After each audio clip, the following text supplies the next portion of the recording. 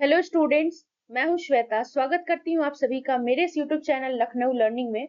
Listeners, आज की इस वीडियो में हम बिजनेस ऑर्गेनाइजेशन के कुछ और टॉपिक्स पढ़ेंगे जिसका नाम है सोशल रिस्पॉन्सिबिलिटी ऑफ बिजनेस। तो इस टॉपिक के बारे में आज हम डिस्कस करने वाले हैं। तो ये वीडियो आपके लिए बहुत ही ज्यादा इंटरेस्टिंग होने वाला है। तो आइए स्टार्ट करते हैं।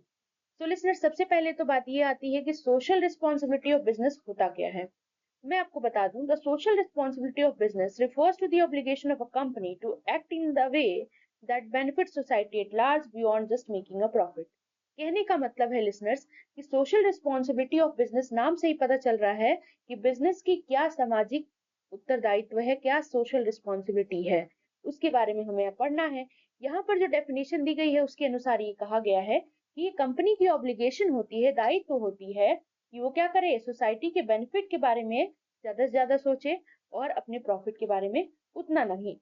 इसका मतलब कहने का ये है कि अगर बिजनेस सोशल रिस्पॉन्सिबिलिटी, सामाजिक उत्तरदायित्व को, रिस्पॉन्सिबिलिटी को, जिम्मेदारी को निभाना चाहती है तो कंपनी का ये जिम्मेदारी बनती है कि वो क्या करे, सोसाइटी को बेनिफिट दे बहुत ही बड़े स्तर से और अपना प्रॉफिट थोड़ा कम देखे। Here an overview of the key concept related to the social responsibility of business. अब कुछ की कॉन्सेप्ट्स हैं हमारे बिजनेस के सोशल रिस्पॉन्सिबिलिटी से रिलेटेड। वो कौन कौन से हैं? तो पहला, जैसे कि आप देख सकते हैं लिसनर्स स्क्रीन पर, डेफिनेशन। अब इसके डेफिनेशन की बात करें तो डेफिनेशन में क्या कहा गया है कि social responsibility involves business considering the impact of their actions on society. कहने का मतलब है इसमें वो बिजनेसेस आते हैं जिनका इम्पैक्ट, मतलब जो भी वो काम करते हैं, जो भी एक्शंस करते हैं, उसका इम्पैक्ट किस पर पड़ता है? हमारे समाज पर पड़ता है, हमारी सोसाइटी पर पड़ता है। चाहे वो इन्वायरमेंट हो, कम्युनिटी हो, इम्प्लॉयज हो, कंज्यूमर्स हो या फिर कोई भी हो। तो ये डेफिनेशन में बात कही गई है। नेक्स्ट आता है हमारा एथिकल प्रैक्टिसेस। एथिकल प्रैक्टिसेस क्या मतलब है? जो कंपनीज होती हैं, यानी यहाँ पर दिया गया है listeners, companies are expected to operate ethically which includes honesty in marketing, fairness in labor practice and integrity in financial reporting। अब इसका क्या मतलब है? तो कंपनीज से एक्सपेक्ट किया जाता है कि वो एथिकली क्या करें, ऑपरेट करें, यानी कि अपनी जो मार्केटिंग है वो ऑनेस्टी से करें। लेबर प्रैक्टिसेस, फेयरनेस, इसका क्या मतलब है यहाँ पर?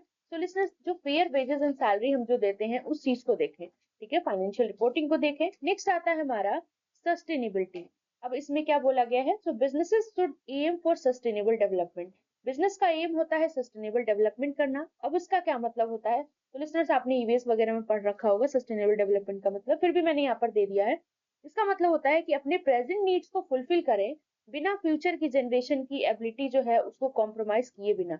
यानी कि हम अभी तो ठीक है, हम अभी सारी चीजें यूज कर रहे हैं, लेकिन हम इतना ना यूज कर जाएं कि फ्यूचर में जो पर्सन आने वाले हैं, जो भी लोग हैं, उनको ये चीज मिले ही ना। तो हमें अपनी भी नीड्स फुलफिल करनी है और ओवर यूज नहीं करना है, उनका भी ध्यान रखना है।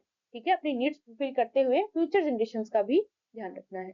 So this include practice like reducing carbon footprints को कम करना, रिसोर्सेज को कंजर्व करना, रिन्यूएबल एनर्जी को प्रमोट करना, ये सारी चीजें इसमें आती हैं। आइए चलते हैं नेक्स्ट पे।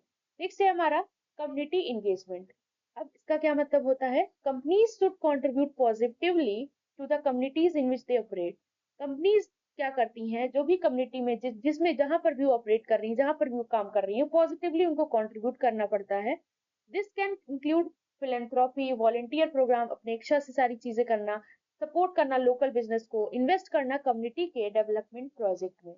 तो ये होता है कम्युनिटी इंगेजमेंट।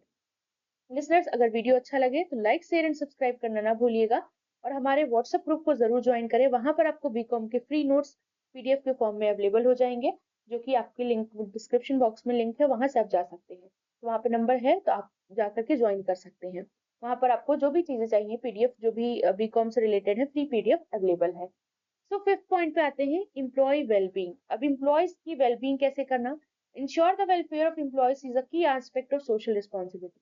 सोशल रिस्पॉन्सिबिलिटी का क्या की एस्पेक्ट बताया गया है कि एम्प्लॉयज का भी भलाई करना है, उनका भी वेलफेयर करना है, ये इनका की एस्पेक्ट है। इसमें क्या क्या आता है? जैसे अगर मान लीजिए आपके यहाँ पर कोई काम करने आ रहा है, एम्प्लॉयज कोई काम कर रहा है आपके ऑर्गेनाइजेशन में, तब सबसे पहले आपकी जिम्मेदारी बनती है कि आप उसको सेफ वर्किंग कंडीशन प्रोवाइड करें। ये नहीं कि कहीं से भी कुछ भी प्रॉब्लम हो रही है और उससे उसकी जान पर खतरा आ रहा है, तो ऐसा हमें नहीं करना है। सेफ वर्किंग कंडीशन हमें प्रोवाइड करनी है। फेयर वेजेस दें, जितना काम करा रहे हैं फेयर वेजेस देना चाहिए, अनफेयर वेजेस नहीं देना चाहिए। अपॉर्चुनिटीज फॉर ग्रोथ, उसको यहाँ तक कि अगर आपकी कंपनी में जो भी पर्सन हायर किए हैं आप, उसको आप ग्रोथ की प्रॉपर अपॉर्चुनिटीज दें। एंड वर्क लाइफ बैलेंस, और बहुत सारी चीजें होती हैं लिसनर्स। नेक्स्ट आता है हमारा 6 पॉइंट, कंज्यूमर प्रोटेक्शन। अब इसमें क्या होता है consumer protection? So business have a responsibility to ensure their product are safe, reliable and meet the needs of consumers. मतलब बिजनेस की ये जिम्मेदारी है, किसी भी आप कोई भी बिजनेस कर रहे हो तो आपकी रिस्पॉन्सिबिलिटी बनती है कि जो भी आप प्रोडक्ट्स बना रहे हो या बेच रहे हो वो सेफ हो, रिलायबल हो, कंज्यूमर के नीड्स को सबसे पहली बात फुलफिल करती है। अगर कंज्यूमर की नीड्स को या फुलफिल नहीं करोगे, पूरा नहीं करोगे, तो कंज्यूमर खरीदेगा नहीं, फिर आपका बिजनेस नहीं चल पाएगा। तो ये आपको ध्यान में रखना होता है। इसमें क्या होता है, ट्रांसपेरेंट कम्युनिकेशन करना पड़ता है हमें, ऑनेस्ट एडवर्टाइजिंग करनी पड़ती है, हम गलत सलत ना दिखाएं, प्रोडक्ट कुछ और है उसके बारे में कुछ और ना बताएं। एड्रेसिंग कंज्यूमर कंप्लेंट्स इफेक्टिवली, अगर किसी भी प्रोडक्ट से रिलेटेड किसी भी कंज्यूमर का, किसी भी उपभोक्ता का कोई भी अगर कंप्लेंट आता है तो उसको जरूर तुरंत तुरंत सॉल्व करें, उसकी क्या परेशानी है। तो इस तरीके से आपका बिजनेस अच्छा रन कर सकता है। नेक्स्ट आता है, नेक्स्ट पॉइंट है 7, यानी कि इन्वायरमेंटल रिस्पॉन्सिबिलिटी। जो बिजनेस है उसको इन्वायरमेंट के प्रति क्या जिम्मेदारी है? तो companies to take measures to minimise their environmental impact.